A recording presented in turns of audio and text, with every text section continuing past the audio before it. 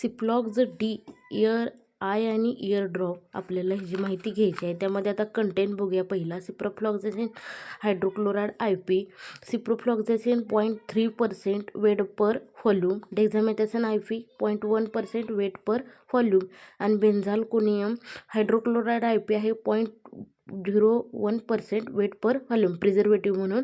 नंतर aqueous vehicle QS नुसार. नंतर आता बघा हे कशासाठी वापरलं जातं, तर ह्यामध्ये 2 केमिकल आहे. पहिलं आहे ते सिप्रोफ्लॉक्झासिन, ते अँटीबायोटिक आहे. ते काय करतं, किल बॅक्टेरिया, म्हणजे जे तुमच्या डोळ्यामध्ये कानामध्ये जे बॅक्टेरिया आहे त्याला प्रिव्हेंट करतं आणि रिपेअर करण्याचं काम करतं. तर दुसरं आहे डेक्झामेथासोन, ते स्टिरॉइड आहे. ते काय करतं, block production of certain chemical messenger prostaglandin, आणि त्यामुळं तुम्हाला डोळा लाल किंवा डोळा लाल झालेला असेल, चरचरत असेल, तर ते कमी करण्याचं काम जे आहे ते आपलं डेक्झामेथासोन करतं.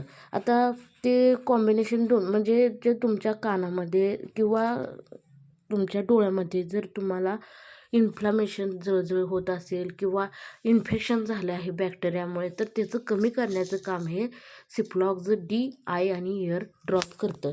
आता हे जर आपण शेड्यूल H प्रिस्क्रिप्शन ड्रग आहे, त्यामुळे तुम्हाला रजिस्टर मेडिकल प्रॅक्टिशनर शिवाय घेता येत नाही. आणि दुसरं म्हणजे त्याचं स्टोरेज बघूया आपण.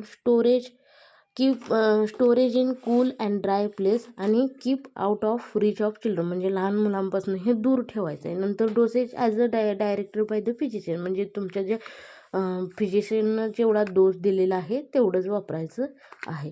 जर तुम्हाला हे घातल्यानंतर जर जळजळ होत असेल तर तुम्ही डिस्कंटिन्यू करायचं आहे. फॉर एक्सटर्नल यूजसाठी आहे. नंतर नॉट फॉर इंजेक्शनसाठी नाही आहे ते, आणि एक्सटर्नल यूज करायचं आहे. 10 ml मध्ये येतं आहे बघा हे आपल्याला.